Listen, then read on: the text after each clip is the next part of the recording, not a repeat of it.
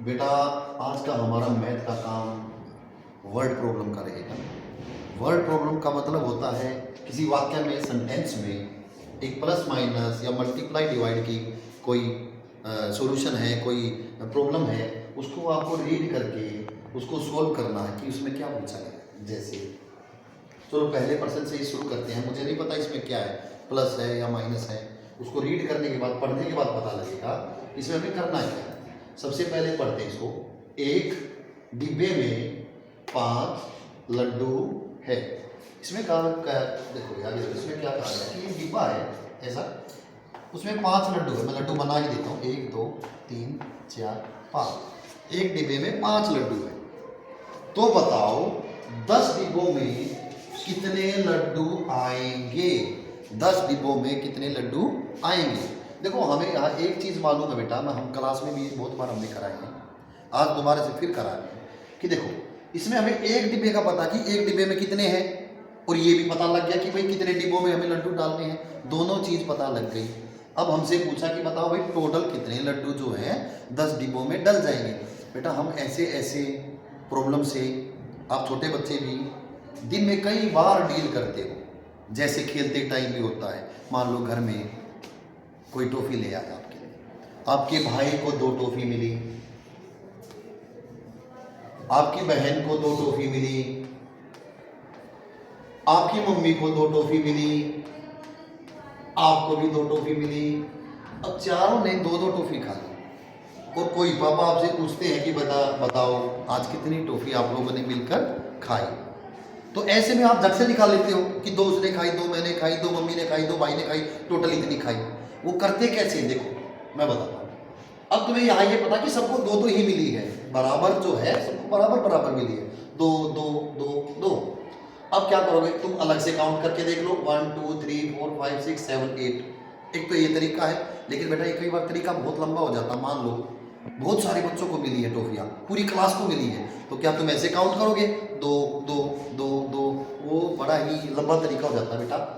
एक शॉर्टकट तरीका जो मल्टीप्लाई का तरीका इसमें इस्तेमाल होता है वो क्या है। आप सबसे पहले ये देखो कि एक बच्चे को कितनी मिली है या एक आदमी को कितनी मिली। तो आप बताओगे देख के, हाँ भाई एक आदमी को तो 2 ही मिली है, एक आदमी को कितनी मिली है, 2 मिली है। उसके बाद आप दूसरी चीज जो देखोगे, ये देखोगे कि कितने आदमियों को हमने ये चीज बांटी है। तो यहाँ टॉफी कितने आदमियों को मिली, 1 2 3 4 आदमियों को, 4 जनों को हमने 2 2 टॉफी दी। 2 2 टॉफी और कितने जनों को, 4 जनों को। तो बस बीच में मल्टीप्लाई लगा देना। तो आप जैसे ही करके देखोगे 2 4 जा या 4 2 जा, बात बराबर है, 2 4 जा बात बराबर है, 4 2 जा बात बराबर है। मतलब मल्टीप्लाई करते टाइम आप किसी भी तरफ के नंबर को आप पहले ले सकते हैं। मान लो आपको 4 का टेबल नहीं आता या 4 का आता है, 2 में थोड़ी दिक्कत हो रही, आप 4 2 जा 8, वो भी 8 है, 2 4 जा 8, ये भी 8 है। तो आपका आंसर दोनों में ही बराबर आएगा। अब आप चेक करके देखो, ऐड करके देखो, 1 2 3 4 5 6 7 8 8। और इसी में अगर एक समस्या ये है कि ऐड तो तुम करोगे, तुम कहोगे सर हमें मल्टीप्लाई करने की क्या जरूरत है, हम तो 2 2 को ऐड कर लेंगे। अब मान लो मैं तुमसे कहूँ कि भाई सभी बच्चों को 3 3 टॉफी मिली, लेकिन बच्चे कितने हैं, 50। तो बताओ कितनी टॉफी मिली। तो तुम उसमें क्या करोगे, 50 डिब्बे बनाओगे क्या।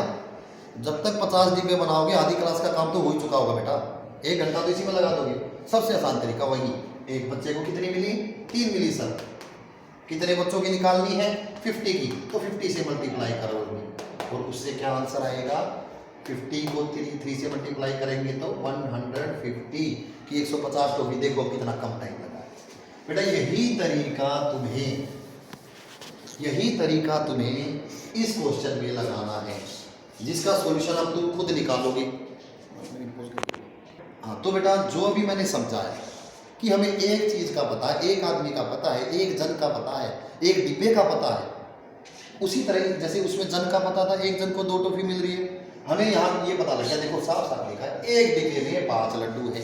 हमें ये पता लग गया भाई एक डिब्बे में कितने लड्डू है, 5। तो बताओ 10 डिब्बे में कितने लड्डू आएंगे। वही वाली स्कीम यहाँ लगेगी, वही वाला तरीका यहाँ लगेगा। बड़ा ही आसान तरीका बेटा।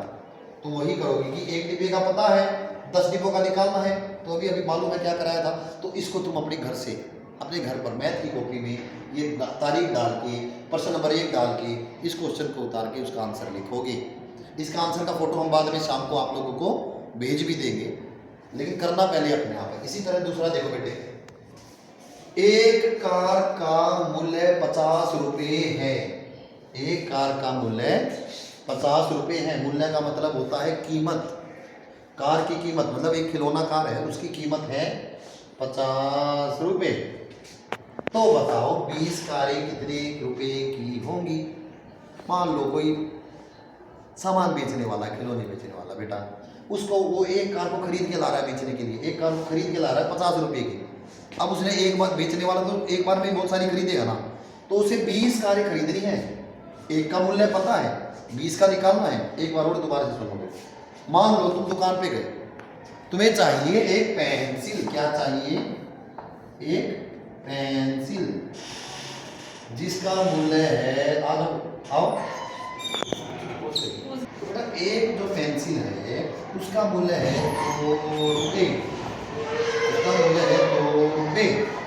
अब तुम दुकान पे गए, तुम्हारी मम्मी ने कहा भाई एक काम कर, रोज रोज पेंसिल लेने जाता है तुम, एक बार में ही 7 पेंसिल लिया, पूरे हफ्ते का काम करेंगे। एक बार में ही कितनी पेंसिल लिया? 7 पेंसिल ले। तो तुमसे कहा, दुकानदार के पास गए, तुमने मांगी 7 पेंसिल दे दो। उसने कहा एक पेंसिल 2 रुपये की भाई, तुम आपसे कितने रुपए लेगा? तो इसको निकालने के लिए वही तरीका जो मैंने ऊपर समझाया। एक पेंसिल कितने की? 2 की। कितनी पेंसिल चाहिए? 7 पेंसिल। तो कितने रुपए दूंगा? 14 रुपये आप उसको दे दोगे। यही तरीका तुम्हें इसमें लगाना है। एक कार का मूल्य तुम्हें पता है, 20 कार खरीद लेनी है, तो ऐसे तो करोगे नहीं 50 50 50, ऐसे तो ऐड करोगे नहीं, पूरा दिन निकाल दोगे क्या? सबसे तरीका, तेज तरीका वही होता है जो मैंने तुम्हें बताया था। एक का पता है और किसी भी नंबर्स को निकालना है, तो मल्टीप्लाई का तरीका होता है जो अभी आप लोगों को फिट करना है। बेटा इसको अपनी कॉपी में साफ साफ इन दोनों सम को करोगे, और समझ नहीं आएगा तो जो शाम को हम सॉल्यूशन भेजेंगे उसमें से मैच करोगे आंसर। Okay, thank you.